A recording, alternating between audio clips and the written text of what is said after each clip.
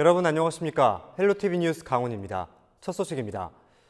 이태원 클럽발 집단 감염이 전국으로 확산되면서 지난 13일 원주에서도 관련 확진자가 나왔습니다. 생활 속 거리 두기로 전환한 지 일주일도 채 되지 않아 발생한 사태인데요. 생활 방역 준수의 중요성이 강조되고 있습니다. 한지영 기자가 보도합니다. 춘천의 한 공원입니다. 포근한 날씨 속에 많은 사람들이 모처럼 야외 활동을 즐깁니다.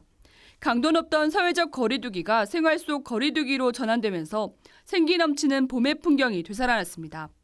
대부분 마스크 착용을 잊지 않았습니다.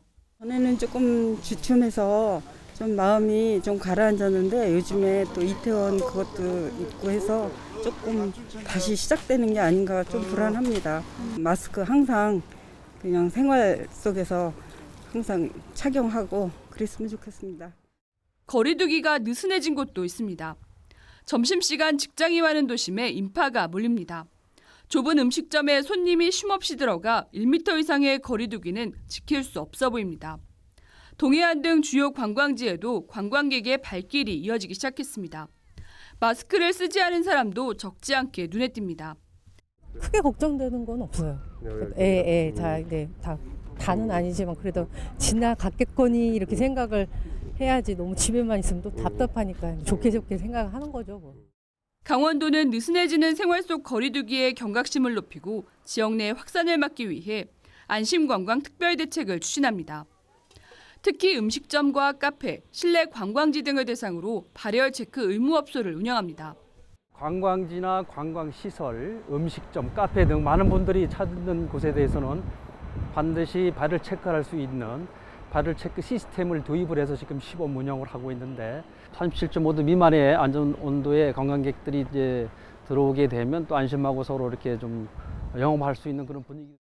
이 밖에도 매일 소독과 방역을 실천하는 강원 셀프 클린숍을 운영하는 등 방역과 위생 체계를 강화하고 있습니다. 일상으로의 복귀를 준비하는 생활 속 거리두기, 마스크 착용과 개인 위생, 거리두기 등 생활 방역 준수에 대한 자발적인 참여가 중요합니다. 헬로티비 뉴스 한지영입니다. 정부 긴급재난지원금 지급이 시작됐습니다. 도내 전통시장과 소상공인들은 침체된 지역 경기 회복에 도움이 될 것으로 기대하고 있는데요. 강원도는 재난지원금을 쓰는 게 지역 경제를 살리는 길이라며 시민들의 적극적인 사용을 호소했습니다. 성기석 기자입니다. 긴급재난지원금이 지급된 첫날, 오부제 신청 지침에 따라 우선 지난 11일 온라인 신청한 도내 약 4만 5천 가구에 300억 원가량이 지급됐습니다. 긴급재난지원금은 특별한 문제가 없으면 신청 후 이틀 안에 처리됩니다. 도내 75만 가구 전체에 지급이 완료되면 4천억 원이 넘는 돈이 지역에 풀릴 것으로 예상됩니다. 정부의 긴급재난지원금 사용이 13일부터 시작되면서 도내 전통시장과 소상공인들의 기대감은 높아지고 있습니다. 상인들은 이미 각 지자체에서 지급한 지원금을 사용하려는 시민들로 상경기가 조금씩 회복되고 있다며 긍정적인 반응입니다. 5월 초서부터는 조금 손님들이 늘어서 조금 좀 된다 했거든요. 카드 가지고도 오시고 상품권 가지고도 오시고 그래요. 그래서 그런지 조금 좀 매상이 조금 올라요. 지자체들도 본격적으로 지역경제 살리기에 나섰습니다. 코로나! 강원경제!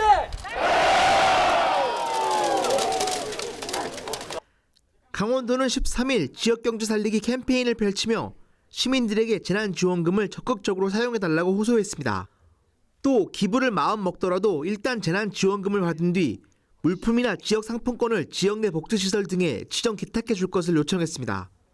그래야 재난지원금이 국고로 귀속되지 않고 지역에서 사용될 수 있다는 설명입니다.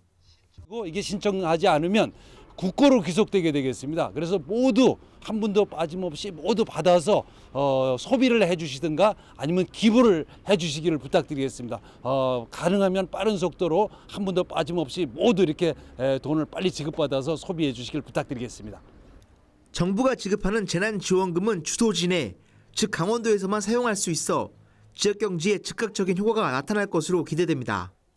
전통시장과 음식점, 옷가게와 주유소 등 신용카드를 쓸 수 있는 곳에서는 대부분 사용이 가능합니다. 또 농협 하나로마트와 병원, 학원 등 직접 생활에 필요한 곳에서도 쓸 수 있습니다. 하지만 백화점과 대형마트에서는 쓸 수 없고 유흥업소와 골프장, 노래방 등의 업종에서도 사용이 불가능합니다. 정부 재난지원금과 각 지자체별 지원금이 모두 지급되면 도내에 풀리게 될 돈은 약 7,900억 원. 침체된 경기가 되살아나는 계기가 되길 바라는 지역의 기대가 큽니다. 헬로티비 뉴스 성기석입니다.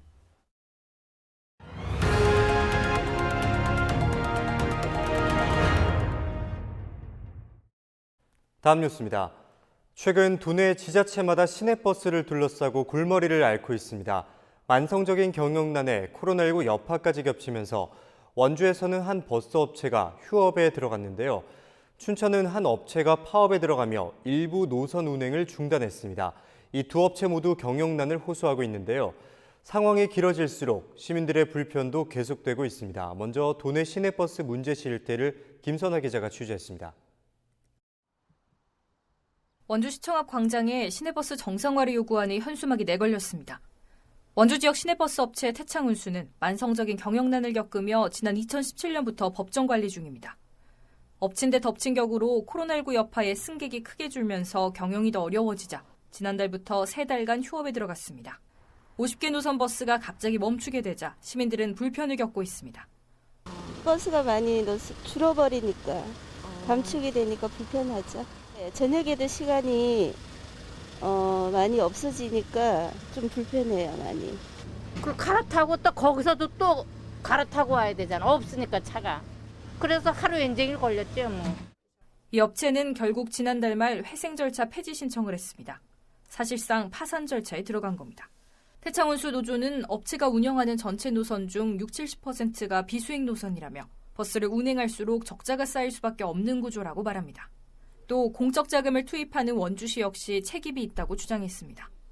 적자 노선이 많은 데는 적자 노선이 많은 만큼 거기다가 집중적으로 재정 지원을 좀 더 해줘야 되는데 그렇지 않는 거는 원주시의 책임이 있다고 생각할 수가 있는 거죠. 실질적으로 우리가 길거리에 앉아가지고 이렇게 집회를 하는 거는 회사 책임도 있고 시의 책임도 있다.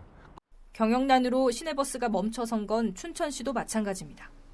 춘천 지역 시내버스 업체인 춘천시미버스도 일부 노선의 운행을 중단했습니다. 지난해 협동조합이 버스회사를 인수해 출범했는데 자금난은 여전합니다. 가중된 부채 규모를 이기지 못하고 결국 경영진은 물러났습니다. 노조는 대중교통의 공공성을 강조하며 춘천시의 시내버스 완전 공영제를 요구하고 있습니다. 시내버스를 둘러싼 잡음이 끊이지 않으면서 애꿎은 시민들의 불편만 계속되고 있습니다. 헬로티비 뉴스 김선아입니다. 네, 앞서 보신 대로 시민들의 발인 시내버스 문제는 어제 오늘 이야기가 아닌데요. 춘천시의 경우 파산 위기에 몰렸던 시내버스 운영권을 협동조합에게 맡겼지만 이 역시도 도입 1년 만에 실패했습니다. 시내버스 공영제가 대안으로 떠올랐는데 관건은 공영제 시행 방식과 예산입니다. 장진철 기자가 취재했습니다. 시민의 말 시내버스가 멈춰서는 일이 이어지고 있습니다. 자가용의 증가로 시내버스 탑승률이 급격히 떨어지면서 회사의 수익이 감소하는 악순환이 반복되고 있습니다.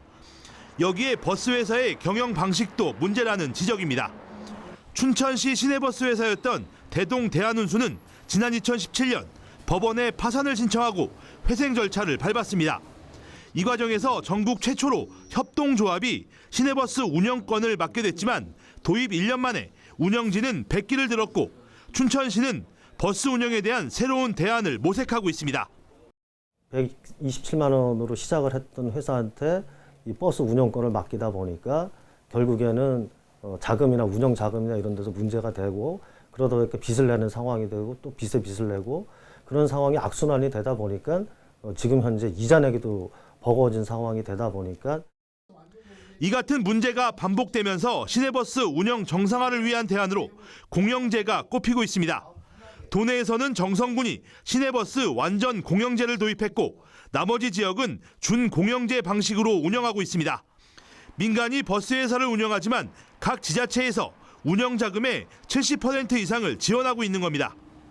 하지만 이 같은 방식은 밑빠진 독에 물붓기라는 지적입니다. 준공영제를 위해서는 투명한 경영이 뒷받침돼야 하지만 현실은 그렇지 않기 때문입니다. 완전 공영제는 말 그대로 지자체가 직접 시내버스를 운영하는 방식입니다. 춘천시의 경우 지난 2018년 관련 용역을 진행했는데 완전 공영제를 위한 초기 필요 비용만 150억 원에서 200억 원에 달하는 것으로 나타났습니다. 현재 춘천시가 손실보전금을 포함해 시내버스 회사에 지원하는 비용은 연간 80억 원 정도. 인수비용에 막대한 운영비도 부담인데 버스업체 종사자들의 처우 개선도 필요합니다. 과도기적 대안으로 부분적 공영제도 있습니다. 기존 민간회사를 유지하되 비수익 노선은 공공시내버스가 맞는 방식입니다. 제주시는 지난 2003년부터 공기업 전환의 마지노선인 버스 29대를 구입해 부분적 공영제를 시행하고 있는데 이용객과 운송 수입이 꾸준히 증가했습니다. 비수익 노선뿐 아니라 관광형 노선도 공영버스가 맡고 있습니다. 완전 공영제에 비해 단일 소요 시간이 적게 드는 점이 최대 장점이고 민간업체와의 경쟁 체제가 유지돼 서비스질 향상에 도움이 됩니다.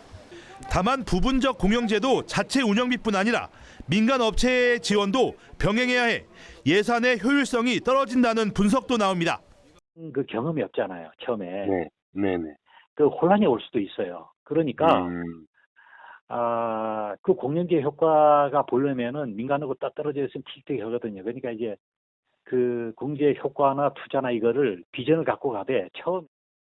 허영 국회의원 당선인은 교통공사 설립을 통한 완전 공영제를 대안으로 내놨습니다. 한 번에 모든 노선을 인수하는 건 재정 부담이 크다며 부분적 공영제와 같은 방식으로 버스 노선을 순차적으로 인수할 것을 제안했습니다. 교통공사를 설립해서 버스 노선들을 투자하는 만큼 노선들을 계속해서 공적 지분으로 확보해서 완전 공영제를 이루어서 고용 안정과 그다음에 노선 안정들을 함께 추구해 나가야. 행정안전부의 승인이 필요한 지방공사 설립 절차만 해결된다면 현재로서는 부분적 공영제가 시내버스 문제 해결에 가장 현실성이 있어 보입니다. 시내버스뿐 아니라 택시와 마을버스 등 대중교통 체제의 전반적인 개혁의 필요성을 제기한 전문가들의 의견이 설득력을 얻고 있습니다. 헬로티비 뉴스 장진철입니다.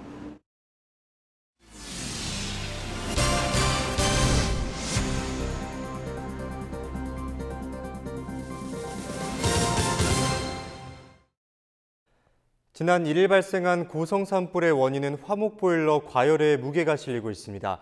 최근 5년간 도내에서 발생한 화목보일러 화재는 300건이 넘는 것으로 조사됐는데요. 하지만 이 화목보일러를 얼마나 사용하고 있는지, 관리는 제대로 되는지 실태조차 파악되지 않고 있다고 합니다. 박건상 기자의 보도입니다. 한 농가에 설치된 화목보일러입니다. 하늘로 뻗은 연통 끝에는 검은 그을음이 잔뜩 묻어 있습니다. 정부는 지난 2007년 청정연료 보급 차원에서 지원금까지 지급하며 설치를 장려했습니다. 이후 화목보일러에서도 미세먼지가 발생하는 것으로 알려지면서 최근에는 압축한 나무 조각을 연료로 사용하는 방식으로 바뀌었습니다. 하지만 추가되는 비용 등으로 화목보일러에서 펠릿보일러로 교체한 곳은 그리 많지 않습니다. 강릉시 성산면에 위치한 이 마을은 대관령과 맞닿아 있어 보시는 것처럼 해마다 봄철이면 강한 바람이 불고 있습니다. 이 마을 70여 가구 가운데 30가구 가까이가 화목보일러를 사용하고 있습니다. 화목보일러 대부분은 장작을 쉽게 구할 수 있는 산골 마을에 집중돼 있는데 이런 이유로 대형 산불의 주범으로 꼽히고 있습니다. 통나무 같은 것만 떼면 괜찮은데 작은 장작 같은 거 있잖아요. 그런 거 떼면은 그 불씨 날리는 나무가 있어요. 그런 거 하면은 밖으로 연도가 길어도 밖으로 나와요. 그때 무섭지. 실제로 4년 전 이 마을에서는 큰 산불이 났습니다. 마을 주민들은 여전히 강풍이 불면 놀란 가슴을 쓸어내리고 있습니다. 왜 겁나요? 불나면 겁나죠. 참 바람 불면 겁나죠. 최근 5년 동안 도내에서 화목보일러로 인한 화재는 307건에 달합니다. 실제 지난 2015년 삼척시 가곡면 오목리의 한 주택 화재가 산불로 확산돼 산림 52헥타르가 잿더미로 변했습니다. 화목보일러 불씨가 강풍에 날리면서 야산에 옮겨 붙은 겁니다. 이처럼 대형 산불의 주요 원인 중 하나로 꼽히고 있지만 화목보일러는 관심의 사각지대에 놓여 있습니다. 화목보일러 전수조사조차 이뤄지지 않고 있다 보니 지난해 산림청이 제작한 화목보일러 사용지침은 무용지물이나 마찬가지입니다. 소방당국은 주기적인 연통 청소와 규격에 맞는 연료 사용을 권장하고 있습니다. 투입구 개폐 시 화상에 주의하도록 합니다. 투입구 안에 타르 등 찌꺼기가 쌓이지 않도록 3개월에 한 번씩 정기적으로 청소를 하며 젖은 나무를 사용할 경우에는 3, 4일에 한 번씩 청소를 하도록 합니다. 대형 산불의 주 원인 중 하나로 꼽히고 있는 화목보일러. 화목보일러를 설치한 가정의 난방 방식 변경을 위한 예산 지원 등의 특단의 대책 마련이 시급합니다. 헬로티비 뉴스 박건상입니다. 강원도가 북방 평화 경제 중심지로 도약하기 위한 청사진을 발표했습니다. 정부가 남북 교류의 의지를 밝히자 평화 사업의 속도를 높이겠다는 건데요. 하지만 강원 평화특별자치도 설치와 특별법 제정 등 과제도 여전합니다. 보도에 성기석 기자입니다. 동해 북부선 남측 구간 마지막 역사인 고성 제진역입니다. 정부는 지난달 이곳에서 동해 북부선 추진 기념식을 열고 남측 단절 구간 연결을 공식화했습니다. 발목을 잡았던 사업성 문제는 예비 타당성 조사 면제 결정으로 해결됐습니다. 국토교통부와 그다음에 통일부, 기재부 모두 합의해서 이걸 빠른 속도로 추진하기로 이렇게 합의했습니다. 그리고 내년 말에 착공하기로 여럿이 합의가 된 만큼 차질 없이 진행될 수 있도록 모든 노력을 다하도록 하겠습니다. 정부가 남북교류 사업에 대한 확고한 의지를 표명한 겁니다. 이처럼 정부의 대북 SOC 추진 의지가 분명해지면서 강원도의 평화경제 사업에도 더욱 속도가 붙을 것으로 예상됩니다. 강원도는 12일 2040년까지 강원도 종합계획안을 중간 발표하며 강원도 평화 사업의 필요성을 강조했습니다. 인구 감소와 고령화, 산업적 한계를 평화 사업을 통해 해결하겠다는 계획입니다. 남북 교류 관문인 지리적 위치와 정부 의지가 더해진다면 가능성은 충분하다는 게 강원도의 생각입니다. 특히 얼마 전에 동해 북부선 강릉 제진 구간을 정부가 하겠다고 방침을 결정한 것은 굉장히 고무적인 것이라고 생각합니다. 남은 과제는 제도적 뒷받침과 남북 북미 간 정세 안정입니다. 문재인 대통령은 대선 공약으로 남북 교류 협력 시 특별한 지위와 권한이 부여되는 강원 평화특별자치도 설치를 약속했습니다. 하지만 관련 법은 20대 국회의 문턱을 넘지 못했고 4.27 남북 공동선언 후 남북관계도 다시 경색되며 강원도 평화산업은 제자리를 맴돌았습니다. 특별법이 제정되더라도 남북관계가 불안해진다면 강원도 평화사업은 좌초될 수밖에 없습니다. 그것을 근간으로 해서 평화특별자치도의 기본을 이룰 수 있고 또 특히 평화경제권에서 주로 다루고 있는 공동특구라든가 동해북부선 철도 각종의 인허가 의제 이런 것들이 탄력을 받을 것으로 보고 있습니다. 강원도는 2040년까지 종합계획안을 보완하고 지역별 공청회 등을 거친 뒤 올해 안에 국토교통부의 승인을 받는다는 계획입니다. 북방 평화경제의 중심지가 되겠다는 강원도의 계획이 정부와 정치권의 공감을 얼마나 이끌어낼 수 있을지 관심이 모아집니다. 헬로티비 뉴스 성기석입니다.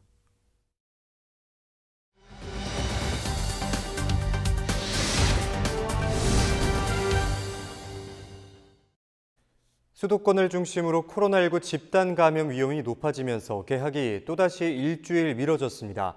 감염 확산은 막아야 한다는 목소리와 교육 혼란이 가중되고 있다는 우려가 시민들 사이에서 나오고 있는데요. 홍승현 기자가 시민들을 직접 만나봤습니다. 코로나19 집단 감염이 확산되면서 예정됐던 등교 수업이 일주일씩 연기됐습니다. 코로나19로 등교가 연기된 것은 이번이 5번째인데요. 지금 상황을 시민들은 어떻게 바라보고 있을까요? 시민들의 이야기를 들어보겠습니다. 시민 다수는 코로나19 확산 방지를 위해 개학 연기가 필요하다는 데 공감했습니다. 애들은 안 보내는 게 맞아요. 안 보내요. 못 보내요. 이제 여기저기서 다 보이는 데잖아요. 만약에 안전하다 그래도 아직은 저는 안 보낼 거예요. 둘이 보려 그러면 그건 좀 힘들긴 하죠. 힘들긴 한데 건강 생각하면 안 보내는 게 맞다고 봐요. 아직 코로나 치료제 개발된 것도 아니고. 하지만 계획된 수업 일정에 차질이 생기면서 불안함을 보이는 시민도 많았습니다. 집에서 온라인 개학을 하기는 하는데 그 수업 시간에 맞춰서 이렇게 패턴이 돌아가야 되는데 아이들이 많이 흐트러지는 게 조금 걱정이 많이 돼요. 빨리 학교를 갔으면 좋겠어요. 저도 고3이기 때문에 아는데 이제 고3 중에 이제 수시 전형으로 이제 대학을 가려고 하는 친구들 같은 경우에는 이제 매우 불리할 수도 있고, 그리고 지금 이제 봉사 기간에서 가서 봉사를 할 수도 없습니다. 왜냐하면 봉사 기간에서 코로나 때문에 그걸 다 막아놨기 때문에. 특히 한 달 넘게 온라인으로 수업을 듣고 있는 학생들의 반응은 엇갈렸습니다. 학교를 못 가지만 그래도 집에서 온라인 학습으로 충분히 학교 진도를 따라갈 수 있어서 그렇게 큰 지장은 없는 것 같아요. 출석 체크 확인용으로 제 시간마다 과제를 내야 되는데 학교를 다니면 그런 게 없으니까 수업에 집중을 잘 안 하는데 이제 과제가 있다 보니까 더 열심히 참여하게 되는 것 같아요. 일단 그 수업이 영상으로 올라오니까 영상을 모르는 부분은 다시 되돌려서 다시 체크할 수도 있고, 또 나중에 생각 안 나는 부분을 다시 볼 수도 있어가지고 그 온라인 계약이 더 편한 것 같아요. 그냥 빨리 계약을 했으면 좋겠다는 생각이 가장 큰 것 같아요. 아무래도 제가 좀 컴퓨터 다루는 게 좀 미숙해가지고 그래서 친구들을 직접 만나는 게 더 좋지 않을까라는 생각이 들어요. 아직 지역 감염 확산의 위기가 남아있는 한 개학이 또다시 미뤄질 가능성도 배제할 수 없는 상황. 커져가는 맞벌이 부부의 돌봄 부담은 여전히 해결되지 못한 과제로 남아있습니다. 교육부는 방역당국의 역학조사 결과를 고려해 등교 추가 연기 여부를 이번 달 20일쯤 결정하겠다고 예고했습니다. 또 개학 연기로 인한 대입 일정 변경은 없을 것이라고 밝혔습니다. 헬로티비 뉴스 홍승현입니다.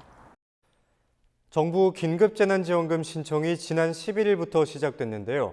여기에 도내 각 시군마다 추가로 지원금을 별도 지급하고 있습니다. 그런데 같은 강원도에 살면서도 사는 곳에 따라 지급받는 지원금이 천차만별이라고 합니다. 시민들의 혼란이 예상됩니다. 김선아 기자가 취재했습니다. 원주시가 정부 긴급재난지원금과 별도로 시민 1명당 지급하기로 한 지원금은 8만 원입니다. 당초 계획보다 2만 원 줄었습니다. 원주시는 정부가 지원하는 긴급재난지원금에 의무적으로 시비를 부담해야 해서 부득이하게 시가 지급하는 재난지원금을 낮추게 됐다고 설명했습니다. 원주 시민 전체 35만여 명 중 이미 정부와 강원도로부터 생활안정자금을 받은 사람은 지급 대상에서 제외됩니다. 관련 조례가 공표된 날을 기준으로 우리 시에 주민등록이 된 시민 중 이번에 지급되는 정부 재난지원금 외에 이미 추가로 지원금을 받으신 분들을 제외한 27만여 명에게 시 지원금을 선불카드를 지급할 계획입니다. 원주시의 이 같은 대책에 일부 시민들 사이에서는 불만의 목소리가 나오기도 했습니다. 지자체마다 지급 대상과 기준이 제각각이라 같은 강원도에 살더라도 거주지에 따라 받는 지원금에 큰 차이가 나는 상황입니다. 춘천과 강릉을 제외한 16개 시군 주민들은 모두 지자체 재난지원금을 받습니다. 홍천이 한 사람당 30만 원으로 가장 많고 동해와 태백, 속초 등 12개 시군은 한 사람당 20만 원, 철원은 10만 원입니다. 화천군은 1인 가구 30만 원, 2인 가구부터 한 명씩 증가할 때마다 20만 원씩 지급할 계획입니다. 춘천은 소상공인에게만 업체당 최대 80만 원을, 강릉은 소상공인과 평균 중위소득 100% 이하 가구에 각각 100만 원과 60만 원씩 지급합니다. 이처럼 도내 시군별로 지원금이 저마다 차이가 나는 이유는 각 지자체별 처한 상황이 다르기 때문입니다. 지급해야 하는 인구수도 다르고 재정 투입 우선순위 등 여건을 종합적으로 고려해야 하는 입장입니다. 지자체마다 지급 시기와 방식도 달라 시민들의 혼란이 예상되는 상황. 앞으로는 우리 사회가 이번에 이러한 이 긴급재난지원금을 통해서 이런 경험이 앞으로 우리 사회의 사회복지제도 전반에 긍정적이든 부정적이든 영향을 미칠 것이거든요. 거기에 대한 순기능 효과를 극대화시킬 수 있는 그런 방안도 이번에 한번 기대해보지 않겠냐 이런 말씀을 드릴 수 있네요. 네. 지역경제 활성화를 위해 지급되는 긴급재난지원금. 형평성을 위해서는 제도적인 보완이 필요하다는 지적도 나옵니다. 헬로티비 뉴스 김선아입니다. 우리 지역의 이슈 콕 짚어봅니다. 헬로 이슈 토크. 네, 강원도 현안과 이슈를 들여다보는 시간입니다.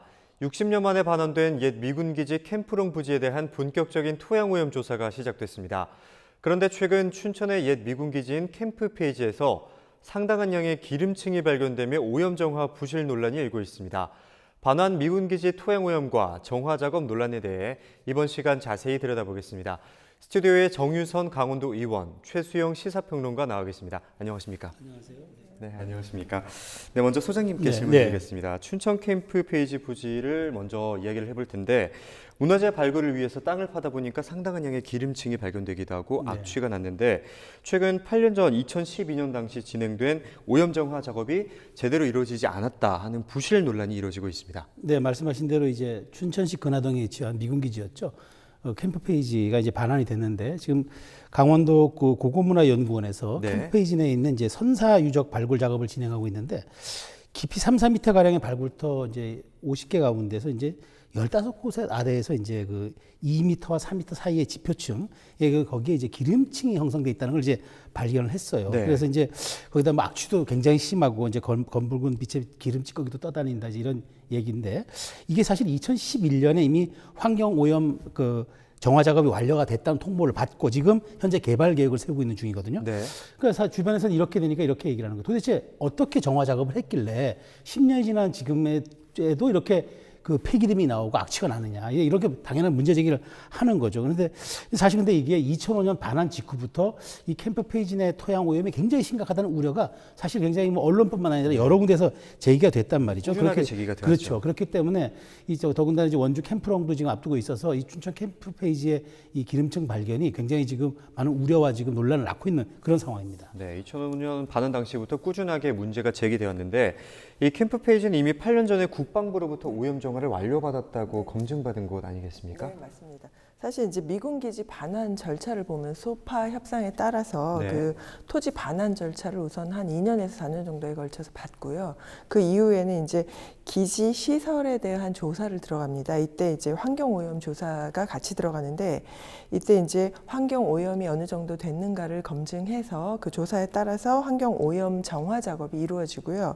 이 정화 작업이 이루어진 이후에 소파 합동위원회에서 이게 정화가 다 됐다라고 해서 반환을 최종 승인하면 이제 문화재청이 또 들어가서 문화재에 관련한 조사를 하게 됩니다. 이렇게 완료가 되면 이제 정식으로 반환이 된 것으로 보고 춘천시 캠프 페이지에서도 이제 그 부분을 관련해서 이제 시에서 받아서 이걸 어떻게 시민들과 함께 할까를 고민하는 건데 사실은 말씀하신 것처럼 캠프 페이지는 지난 2005년에 그래서 3월 폐쇄된 뒤 부지를 반환받은 후에 국방부가 오염된 부지에 대해서 조사 작업을 했고요.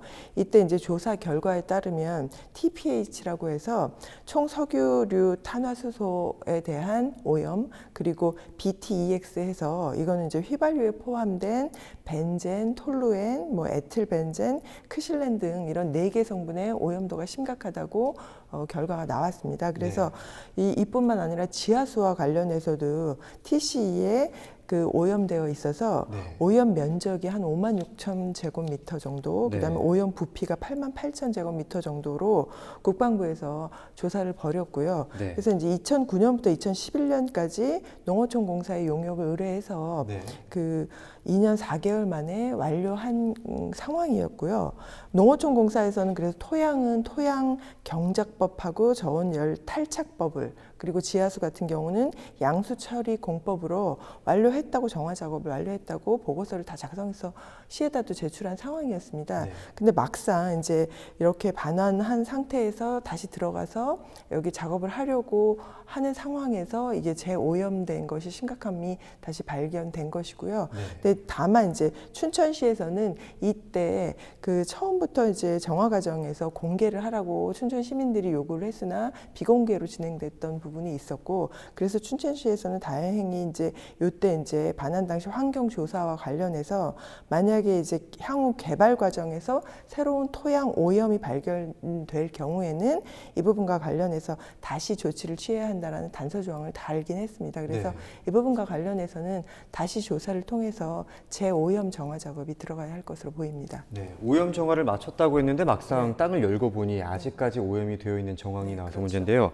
또 여기서 또 짚고 가야 할 것이 그렇다면 캠프 페이지의 오염도는 얼마나 심각한 상태라고 봐야 할까요? 지금 뭐 실제로 국방부와 농어촌 공사에서는 제대로 정화를 했다라고 이야기를 하면서 그 전에 이제 정화 작업에 포함되지 않았던 지역인 것처럼 얘기를 하고 있지만 시에서는 그렇지 않다라고 얘기를 하고 있는 거고요. 그래서 지금 발굴했던 그 장소에서 토양에서 시료를 채취해서 강원도 보건환경연구원에 그 분석을 의뢰한 상태입니다. 그래서 어느 정도의 범위에서 그 오염이 심각하고 어떤 부분에서 토양과 지하수가 오염되어 있는지는 앞으로 이제 그 좀 더 정밀한 조사를 통해서 발견해내야 할 것이고요.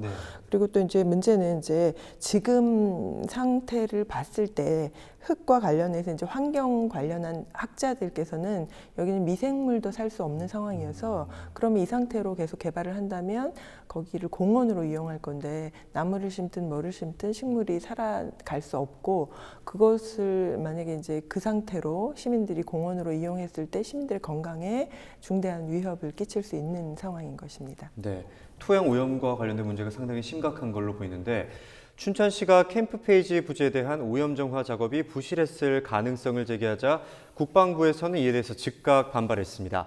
국방부의 입장 살펴보고 이야기 나누도록 하도록 하겠습니다.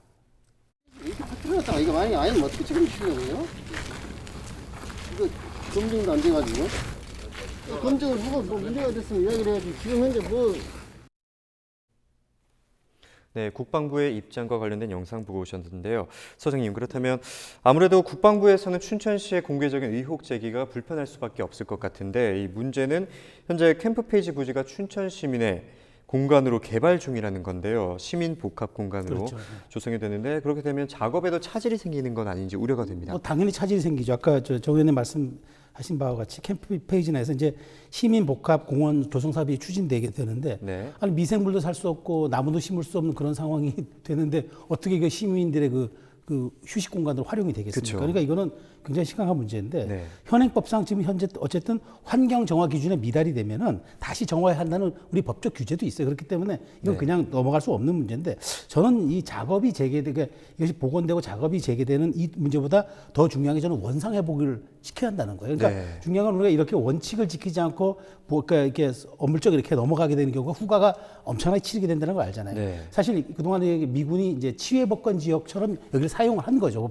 법적으로. 그러니까 그렇지만 치외법권 지역이지만 결국 이제 우리가 반환됐고 이건 우리의 엄연한 우리 영토란 말이죠. 그러니까 우리가 이걸 제대로 가꿀 또 의무와 우리는 권한이 있는 거예요. 그래서 그 사실 환경 문제에 대해서는 미군 측의 무성의가 논란이 된 게 한두 번이 아닙니다. 미군이 굉장히 이런 점에 대해서는 좀 무신경했고 또 무관심했고 그다음에 주변의 비판을 너무 소홀히 했기 때문에 이런 점에 대해서는 비판받아 저는 상당히 마땅하다 보는데 그래서 저는 이제 그러면 이걸 어떻게 할 것이냐 이제 현실적인 또 이제 대안이 문제가 되잖아요. 저는 어쨌든 급하니까 이제 우리가 복구를 해가지고 미군에게 구상권을 청구하는 방식으로 가야 되는 게 맞다. 그러니까 그리고 이제 우리 정부가 지금 그 주한미군 주둔비에 대해서 지금 협상하고 있잖아요. 이런 건 우리가 한 다음에 주한미군 측이 이걸 상계해서 우리가 그 돈을 내는 방안도 있고 하니까 그런 점들을 정부가 잘 고려해서 국방부가 저렇게 모르쇠로 일관하거나 혹은 부인하거나 지자체 책임을 떠넘기는 식의 저런 식의 발언은 굉장히 부적절한 거죠.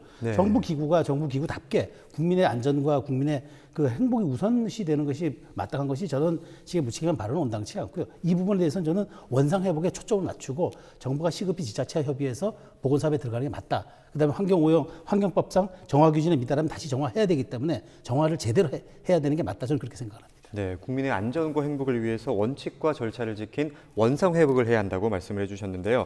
춘천 캠프페이지 오염 정화 부실 의혹에 또 하나의 주목받는 곳이 있습니다. 원주 캠프롱 부지에 대해서도 이제 주목을 받고 있는데요. 지난주에 원주 캠프롱 부지에 대해서 오염 조사가 시행이 됐죠. 네. 지난 7일 국방부는 원주 캠프롱 부지에 대한 토양 오염 조사를 위해서 시민들과 시민단체와 함께 들어갔는데요. 사실 원주 캠프롱 같은 경우는 워낙에 그 반환 절차가 늦어지기로 유명한 곳입니다. 지난해 말에 드디어 이제 결국 그 반환이 되었는데 그러기까지 거의 10년 정도가 걸렸습니다.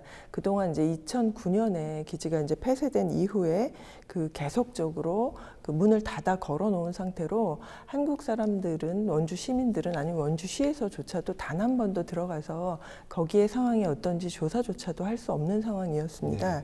그리고 원주 캠프론 같은 경우에는 실제로 2001년부터 그 인근 부대 인근의 절골 마을에서 기름 유출 사건 사고가 있었고요.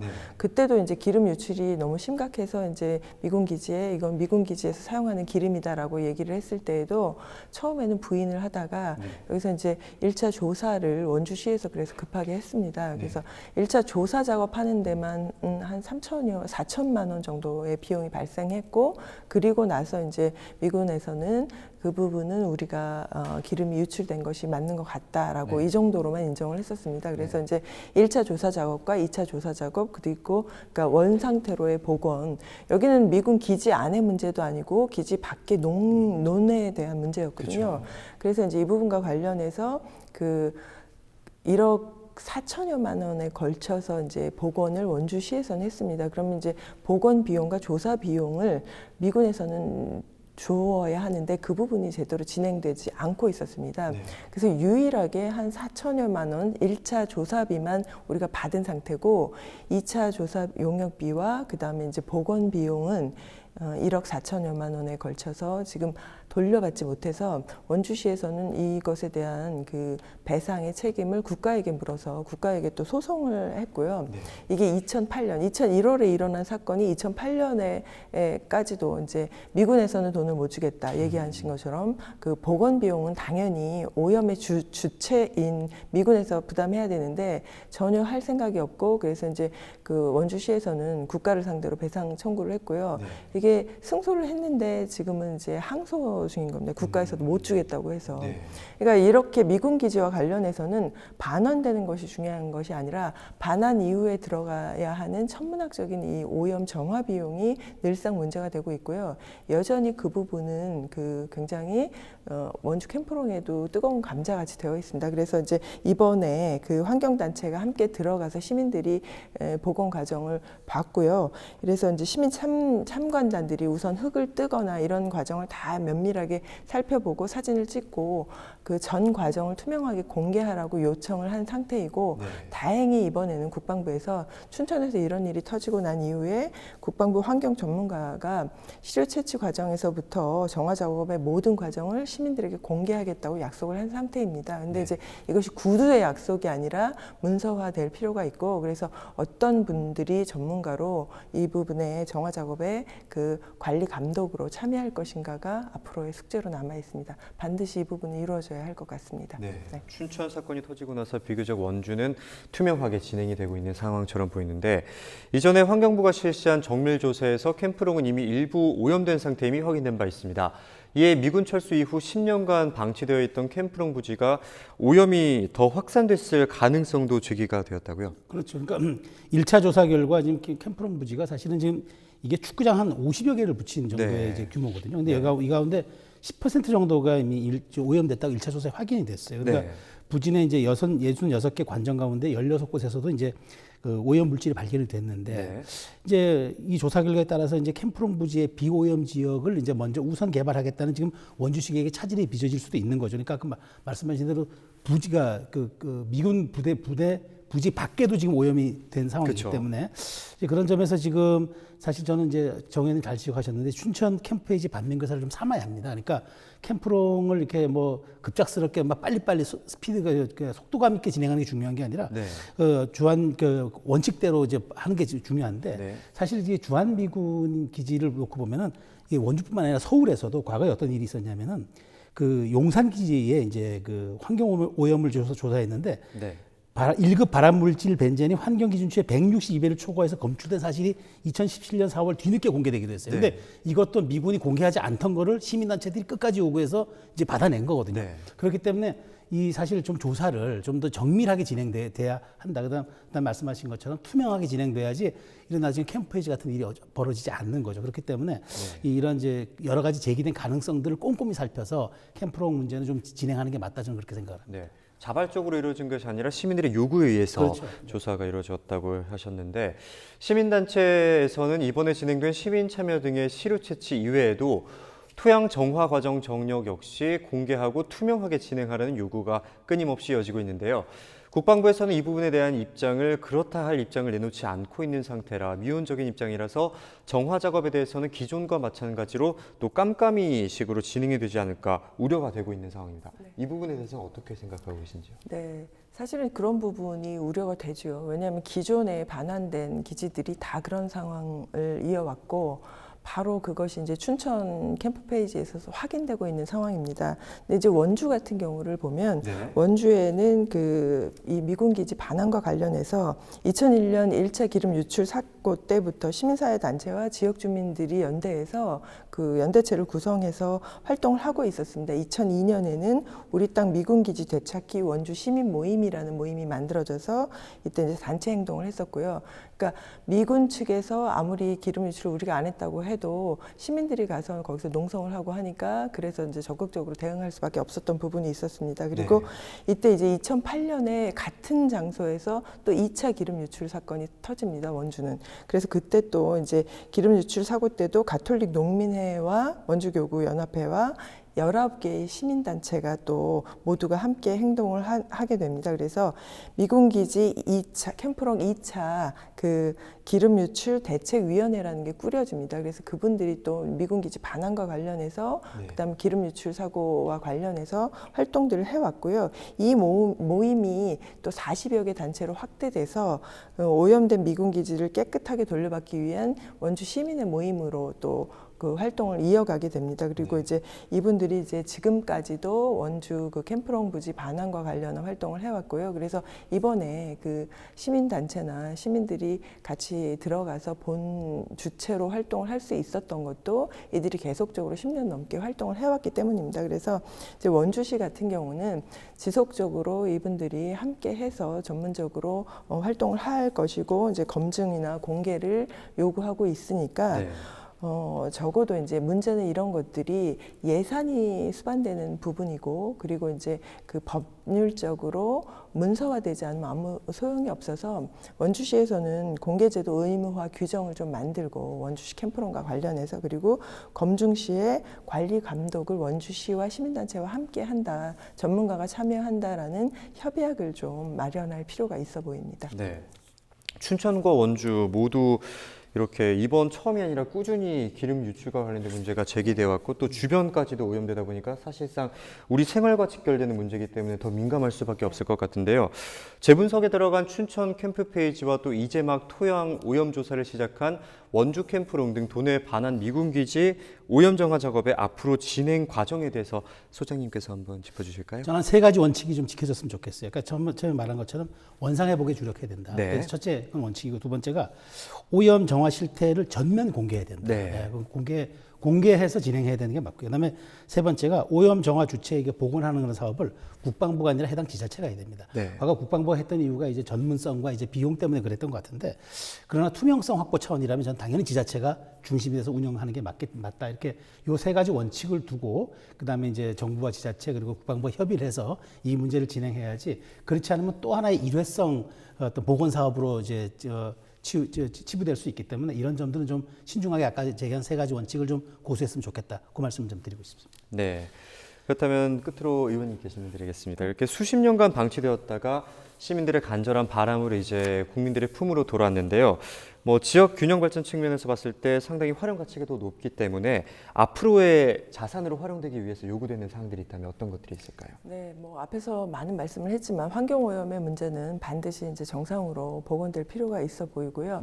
그뿐만 아니라 문제는 이제 이 공여지를 반환받는 것이 기쁘지 않은 사람은 없을 것입니다. 근데 이제 이게 그러니까 워낙에 개발을 행위를 하기 위해서도 막대한 비용이 들어가는데 이 부분들을 어떻게 지자체가 다 감당할 수 있는가 아마도 그것은 어렵다고 생각을 합니다. 네, 오늘은 미군 반환기지 오염 종합 부실 논란에 대해서 살펴봤는데요. 지금까지 정유선 강원도 의원 그리고 최수영 시사평론가와 함께했습니다. 오늘 두 분 말씀 감사합니다. 감사합니다.